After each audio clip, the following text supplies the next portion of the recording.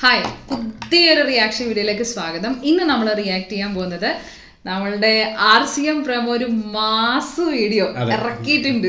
Video ആണ്, വേറെ level video ആണ്. നമ്മളെ മാസ്ക ബാബ് അല്ലെങ്കിൽ അത്രയും മാസ് പടങ്ങൾ ഇറക്കിയിട്ടുള്ള നമ്മളെ ഷാജി കൈലാസ് അല്ലെ. നമ്മളെപ്പോഴെങ്കിലും ഒക്കെ എക്സ്പെക്ട് ചെയ്തിട്ടുണ്ടാവില്ല ഇങ്ങനെ ഒരു വീഡിയോ ഇറക്കിയിട്ടുണ്ടെങ്കിൽ നന്നായിരുന്നു. കാരണം നമ്മളെ എല്ലാ ഹീറോസിനും ഭയങ്കരമായിട്ട് മാസ് ലെവൽ കൊടുക്കുന്ന ഒരു ഡയറക്ടറാണ് പണ്ട് മുതലേ. അപ്പം അവരുടെ ആ ക്യാരക്ടേഴ്സൊക്കെ നമ്മൾ ഭയങ്കരമായിട്ട് ആഘോഷിച്ചതാണ്. അപ്പൊ അതൊക്കെ ഇങ്ങനെ മിന്നി മറഞ്ഞ് ഇങ്ങനെ ചെയ്തിട്ടുണ്ട്, എഡിറ്റ് ചെയ്തിട്ടുണ്ട്. ഈ വീഡിയോ എന്ന് പറയുന്നത് നമ്മൾക്ക് രണ്ടുപേരും സജസ്റ്റ് ചെയ്തിട്ടുള്ള വീഡിയോ ആയിരുന്നു. അപ്പോൾ എന്തായാലും ആ ഒരു പറഞ്ഞു കണ്ടിട്ടാണ് നമ്മളത് ചെയ്യുന്നത്. ഇപ്പൊ അത്ര പറഞ്ഞപ്പോ തന്നെ നമ്മൾ അത് ചെയ്യാനുള്ള കാരണം അതാണ്. കാരണം നമുക്ക് പേഴ്സണലായിട്ട് ഭയങ്കര ഇഷ്ടപ്പെട്ടു വീഡിയോ. അപ്പൊ എന്തായാലും അവർക്കും കൂടി ഡെഡിക്കേറ്റ് ചെയ്യാണ് ഈ വീഡിയോ. നമുക്ക് എന്തായാലും ആ വീഡിയോ കാണാം. ഡയലോഗ് അങ്ങോട്ട് കേൾക്കുമ്പോണ്ടല്ലോ വീഡിയോ കാണാം. യെസ്,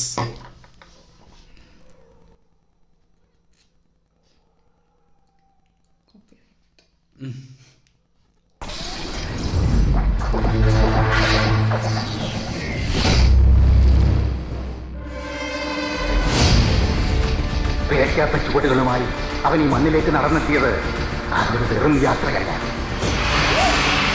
പക്ഷെ ആ വിശ്വരൂപം കണ്ട് ഞെട്ടരുത്. എന്തോ വരാൻ പോകുന്നു എന്റെ മനസ്സ് പറയുന്നു.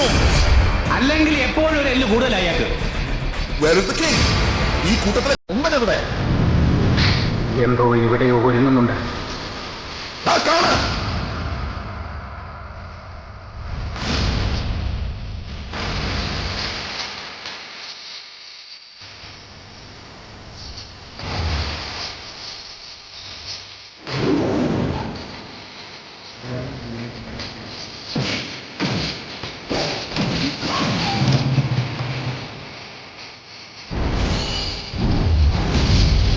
വർഷത്തെ ഇടവേള കഴിഞ്ഞു ഇന്ദുചൂടൻ വന്നിരിക്കുന്നു.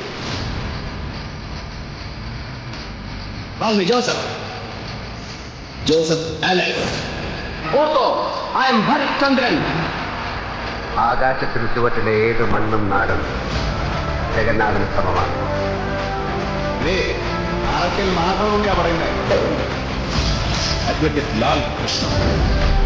കാശിനാഥന് കുറുവടിയും തുപ്പാക്കിയുമല്ല, ചൂണ്ടുവരലാണായത്. And Muhammad Sarkar is inflammable. Salam. I am Madhavan. Matali Madhavan.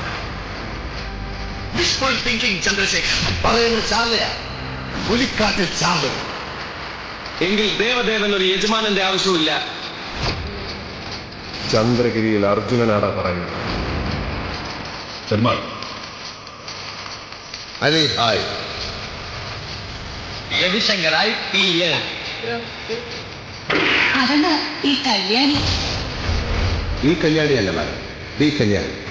When expanded, it becomes Baba Kalyani. ഓർമ്മയുണ്ടോ ഈ മുഖം?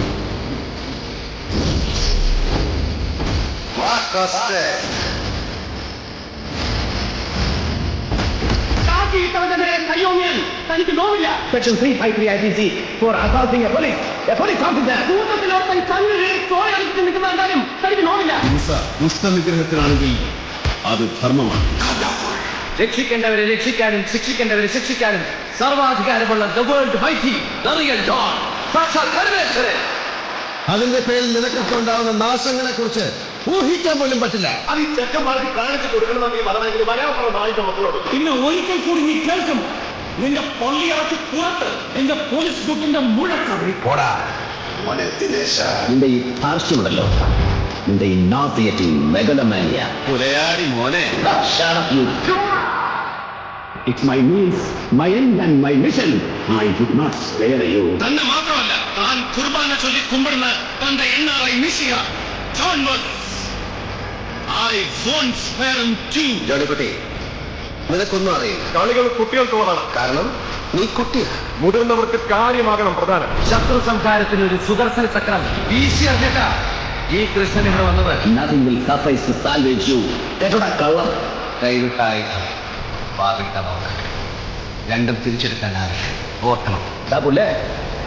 അയച്ചിട്ടിരിക്കുന്ന മുണ്ടുണ്ടല്ലോ, ഇതൊരു താണുങ്ങളെ പോലെ അന്തസ്സായിട്ട് മടക്കി കിട്ടാനും അറിയാം ഈ ലോകത്തിന്. നെഞ്ചുകൂടി ഞാൻ പിടിക്കും. Goodbye. ഇവൻ വീണ്ടും ചെറ്റത്തരവുമായി ഇറങ്ങാൻ തുടങ്ങിയാൽ ഞാൻ വരും. തൂണ് പിളർന്നും വരും. പ്രതിസന്ധിയിൽ ഉമ്മറപ്പടിയിലിട്ട് ഉടലും തലയർത്ത് രണ്ടാക്കി നെഞ്ചി കീറി കുടൽമാല പുറത്തിടാൻ സംഹാരത്തിന്റെ അവതാരമായി അന്ന് ഞാൻ വരും. ഇത് താക്കീതല്ല, ഞാൻ ചെയ്യുന്ന സത്യം, നെഞ്ചിൽ കൈവച്ച് ചെയ്യുന്ന സത്യം. മോനെ ദിനേശ, ഇടഞ്ഞ കൊമ്പന്റെ കൃഷ്ണമണിക്ക് തോട്ടി കയറ്റി കളിക്കില്ലേ, ചവിട്ടി താഴ്ത്തുന്നതിന് പാതാളത്തിലേക്ക്. Because I have an extra bond. As you said, ഒരു എല്ല് കൂടുതലാണ് എനിക്ക്. കേട്ടോടാ പുല്ല്. ഒന്നും നടന്നില്ലെങ്കിൽ തന്നെ പച്ചയ്ക്ക് കൊളുത്തിയിട്ടേ ജഗന്നാഥ് നീ മണ്ണ് വിട്ടു. ഏത് കൊടി കെട്ടിയ ശത്രുവിന്റെ മുന്നിലും ഈ നാടിന് വേണ്ടി നെഞ്ചി പിരിച്ച് നിവർന്നു നിൽക്കാൻ ഒരല്ലല്ല, I have an extra spine. ഒരു നട്ടല് കൂടുതലുണ്ട് ജോസഫിന്. And don't you ever let forget that.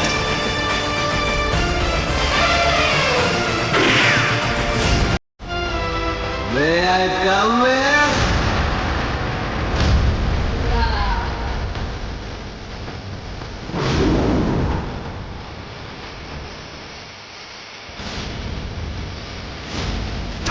എഴുതി പോണം.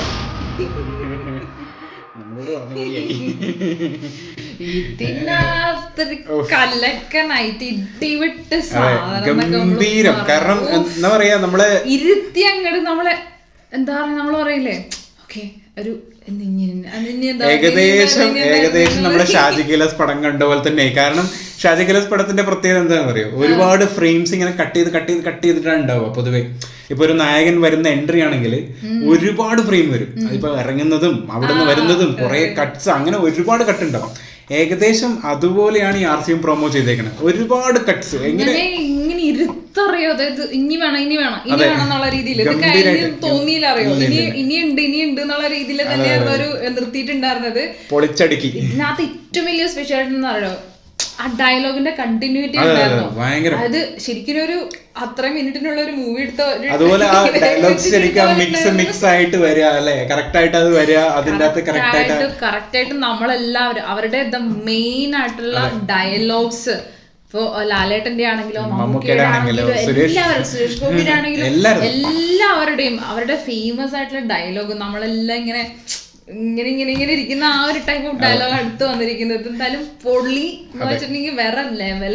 പ്രത്യേകിച്ച് നമ്മള് പറയാനെങ്കിൽ ഷാജി കൈലാസ് അത്രയും ഒരു മാസ്റ്റർ ഡയറക്ടർ തന്നെയാണ് ശരിക്കും പണ്ടത്തെ. കാരണം എന്താണെന്ന് വെച്ചാൽ നമ്മളിപ്പോ ലാലേട്ടൻ എടുത്തു കഴിഞ്ഞാൽ, മമ്മൂക്കൻ എടുത്തു കഴിഞ്ഞാൽ, സുരേഷ് ഗോപിനെ എടുത്തു കഴിഞ്ഞാൽ, ഇവർ 3 പേരുടെയും, കാരണം ദിലീപും പൃഥ്വിരാജും ഓരോ സിനിമകൾ മാത്രമേ ചെയ്തിട്ടുള്ളൂ.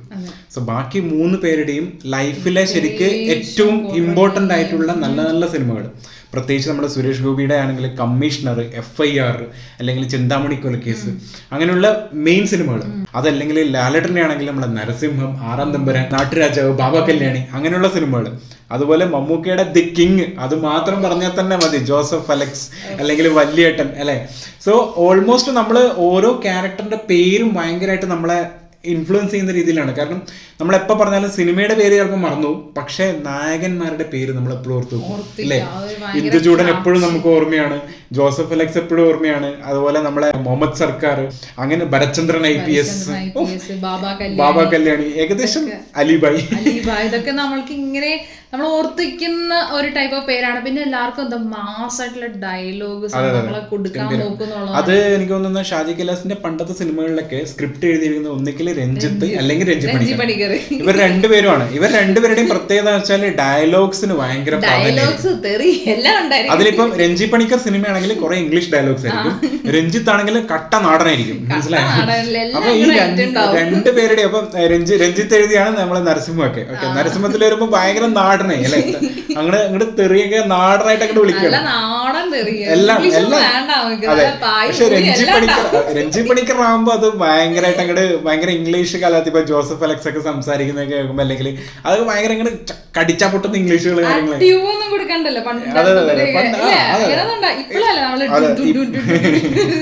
പക്ഷെ പണ്ടത്തെ നമ്മള് കേട്ടല്ലോ ഇവരുടെയൊക്കെ ഈ പടമൊക്കെ വരുന്ന സമയത്താണെങ്കിൽ അതൊന്നും അങ്ങനെ അങ്ങനെ തന്നെ പറയും. പിന്നെ ചെറുതൊക്കെ അവര് മിഴുങ്ങും. പ്രത്യേകിച്ച് എനിക്ക് തോന്നുന്നു മറ്റേ ഇതിനകത്തില്ലേ എന്താ മൈ രോമം മൈ ഹെയർ, അത് പക്ഷെ ഇതിനകത്തില്ല. അതിനകത്തില്ല, പക്ഷെ ആ ഡയലോഗ് പറഞ്ഞു. ഈ സിനിമകൾ, ഇപ്പൊ പറഞ്ഞ സിനിമകളൊക്കെ ഒരു കാലത്ത് ഭയങ്കരമായിട്ട് തിയേറ്ററിൽ ആഘോഷിച്ച സിനിമകളാണ്. അല്ലെങ്കിൽ ആ ഒരു ഹീറോയിസം എന്ന് പറയില്ലേ, ഹീറോയിസത്തിനെ വല്ലാണ്ട് ആഘോഷിക്കുക. പിന്നെ നമ്മൾ ഈ നാട്ടിൽ നടക്കുന്ന അനീതികൾക്കെതിരെ പ്രതികരിക്കുന്ന ഹീറോസ്. സോ അങ്ങനെയുള്ള, അല്ലെങ്കിൽ ആ നമ്മളൊക്കെ ഏകദേശം ആഗ്രഹിക്കുന്ന ഹീറോസ് ആണ് ഭയങ്കരമായിട്ട്. അതൊരു ട്രെൻഡായിരുന്നു ആ സമയത്ത്. അപ്പൊ ആ ട്രെൻഡിനെ വല്ലാണ്ട് ബൂസ്റ്റപ്പ് ചെയ്ത് ശരിക്ക് ഒരു തെലുഗു പടമൊക്കെ കാണുന്ന പോലെയായിരുന്നു ശരിക്കും മലയാളത്തിൽ അങ്ങനത്തെ സിനിമകൾ ആ സമയത്ത്. ഇപ്പോഴാണ് നമ്മൾ മലയാളത്തിലോട്ട് റിയലിസ്റ്റിക് വന്നത്. 2010 ശേഷം വന്ന സിനിമകളൊക്കെ, ആ സമയത്തുള്ള സിനിമകൾ എന്ന് പറയുന്നത് നമ്മള് മാക്സിമം എൻജോയ് കാണുന്നതെന്ന് വെച്ചിട്ടുണ്ടെങ്കിൽ നമ്മളെ കുറെ, അത് എനിക്ക് തോന്നുന്നത് എന്താന്ന് വെച്ചിട്ടുണ്ടെങ്കിൽ ഇങ്ങനെയുള്ള പടങ്ങളാണില്ലേ ഒരു ഏകദേശം കുറച്ചു നേരത്തേക്ക് നമുക്ക് അതിന്റെ ഇമ്പാക്ട് ഉണ്ടാവും. നമ്മള് അതാണ് ഓക്കെ, കുറച്ചു നേരത്തേക്ക് നമ്മള് പവറാണ്. ചില സമയത്ത് നമുക്ക് തോന്നില്ലേ, ചില സമയത്ത് ചില ഡയലോഗ്, ഇപ്പൊ ജോസഫ് പറയുന്നത് എനിക്ക് ഒരു എല്ല് കൂടുതലാണെന്നൊക്കെ പറയുമ്പോൾ അത് പറയുമ്പോൾ തന്നെ നമുക്ക് അല്ലെങ്കിൽ മുണ്ട് മാടി കുത്താൻ അറിയാം. ആ ഡയലോഗാണ് നമ്മളെ ലൂസിഫറിൽ വരെ ഉപയോഗിച്ചിരിക്കുന്നത്. ആര് ടൊവിനോ തോമസ് പറയുന്ന ഒരു ഡയലോഗ്. സോ അത്രയും ആ പവറാണ് ആ ഡയലോഗിന്റെ ഇമ്പാക്ട്. അതുകൊണ്ടാണ് ഇപ്പോഴും ആ ഡയലോഗ്സ് ഉപയോഗിച്ചുകൊണ്ട് റിപ്പീറ്റ് എക്സ്ട്രാ പവറൊക്കെ വന്നോലെ ഡയലോഗിന് ഇത്രയും പവർ ഉണ്ട് എന്നുള്ളത് ഈ മൂവീസൊക്കെ കണ്ടു കഴിയുന്ന സമയത്ത് അത് എല്ലാവരും എക്സ്പീരിയൻസ് ചെയ്തിട്ടുണ്ടാവില്ലേ, നിങ്ങൾ എക്സ്പീരിയൻസ് ചെയ്തിട്ടുണ്ടാവില്ലേ. പടം കണ്ടിറങ്ങി കഴിയുമ്പോഴാണെങ്കിൽ നമ്മൾ പറയും ഓ കുറച്ചു നേരത്തേക്ക് അത് കൂടിയതുപോലെ ഉണ്ടാവും, ഗന്ധർവനൊക്കെ കൂടുന്നൊക്കെ പറയില്ലേ, അതുപോലെ ഓരോ ക്യാരക്ടറും നമ്മളിലോട്ട് വന്നിട്ടുണ്ടാകും കുറച്ചു നേരത്തേക്ക്. നമ്മൾ അതന്നെ ചിലപ്പോ നമ്മൾ ചെയ്യാനൊക്കെ നോക്കും, റിപ്പീറ്റേഷൻ പിന്നെ തെറിയൊക്കെ വരാൻ എന്ത് ചൂടനാണെങ്കിൽ അങ്ങനെ, അല്ലെങ്കിൽ നമ്മളെ വീട്ടില് അച്ഛനൊക്കെ ഇങ്ങനെ മറ്റേ ഭയങ്കര ദാഷ്ട്യം കാണിച്ച് സംസാരിക്കില്ല. അപ്പൊ നമ്മളായിരിക്കും നമ്മളെ വീട്ടില് മറ്റേ ആ ജഡ്ജാണോ, വല്ലാത്തൊരു ആ ഒരു ടൈപ്പ് സംഭവങ്ങളാണ്. അപ്പം ഇവര് 3 പേരെ ഒരു കാലത്ത് ഈ 3 പേരായിരുന്നു അട്ടക്കി വാണിരുന്നേച്ചത്. പണ്ടെന്ന് പറയുമ്പോ നമ്മള് മമ്മൂട്ടിയുടെ അവിടെ എന്താ പറയാ, മോഹൻലാലിന്റെ പടം, സുരേഷ് ഗോപി പടം, ഇവര് 3 പേര്. പിന്നെ ബാക്കിയുള്ള ആക്ടേഴ്സിനൊക്കെ നമ്മൾ കാണില്ല എന്നല്ല, പക്ഷെ എന്നാലും ഇമ്പാക്ട് വെച്ച് നോക്കുമ്പോഴാണെങ്കിൽ ഇവരുടെ 3 പേരായിരുന്നു മെയിൻ ആയിട്ടുള്ള ഒരു താരനിരയിൽ നിന്നിട്ടുണ്ടായിരുന്നു. അതുകൊണ്ട് തന്നെയാണ് അവർ ഇപ്പോഴും ഓൾമോസ്റ്റ് അവര് തന്നെയാണ്. കാരണം എന്താ വെച്ചാല് ഇപ്പോഴും ഒരു സുരേഷ് ഗോപിയുടെ ഒരു നല്ല പടം വന്നു കഴിഞ്ഞാൽ എന്തായാലും തിയേറ്ററിൽ ആള് കയറും. കാരണം എന്താ വെച്ചാല് ഇപ്പോഴും ഒരു നമുക്കൊരു ഹോപ്പ് ഉണ്ട്, ഒരു ഗംഭീര മാസ് പടം വന്നു കഴിഞ്ഞാൽ കാലിബർ ഉണ്ട് നമുക്കറിയാം, അത് ഓൾറെഡി തെളിയിച്ചിട്ടില്ല, ഇനിയിപ്പോ നല്ലൊരു മാസ്. കാരണം ഇപ്പൊ അതുകൊണ്ടാണ് ഓരോ ടീസർ ഇറങ്ങുമ്പോഴും അല്ലെങ്കിൽ ഒരു പുതിയ പടത്തിന്റെ സംഭവങ്ങൾ ഇറങ്ങുമ്പോൾ നമുക്ക് ഭയങ്കരമായിട്ട് എക്സ്പെക്ടേഷൻ കൂടുന്നത് അതുകൊണ്ടാണ്. ഇപ്പം ഷാജി കൈലാസിന്റെ ആണെങ്കിലും ഇനി പൃഥ്വിരാജിന്റെ കടുവ വരാനുണ്ട്, അത് കഴിഞ്ഞ് ലാലേട്ടന്റെ എലോൺ ഉണ്ട് പടം. സോ ഓൾമോസ്റ്റ് കുറെ പടങ്ങൾ ഇനിയും വരാനുണ്ട്. ഓൾമോസ്റ്റ് ഷാജി കൈലാസ് തിരിച്ചു വരുന്നൊരു ഇതിലാണുള്ളത്. കുറച്ചു കാലമായിട്ട് ഒരു ഗ്യാപ്പ് കൊടുത്തിട്ടുണ്ടായിരുന്നു. സോ ഇനി കാരണം ട്രെൻഡ് മാറി, കാലം മാറി, അപ്പൊ അതിനനുസരിച്ച് അപ്ഡേറ്റ് ചെയ്തുകൊണ്ടാണ് വരാൻ വേണ്ടി പോകുന്ന ആള്.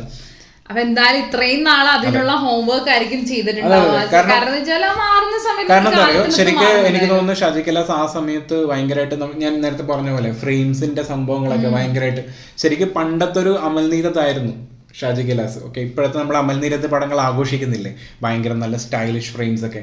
സോ ഇതൊക്കെ പണ്ട് ഓൾറെഡി ഉപയോഗിച്ചത് ഷാജി കൈലാസ്. പക്ഷെ അന്ന് ഷാജി കൈലാസ് അധികം സ്ലോ മോഷൻ ഉപയോഗിക്കും, പക്ഷെ അത് ഉപയോഗിക്കില്ല, കൂടുതലും കട്ട്സ് ആണ്. കട്ട്സ് അങ്ങോട്ട് മുറിച്ചങ്ങോട്ട് ഒരുപാട്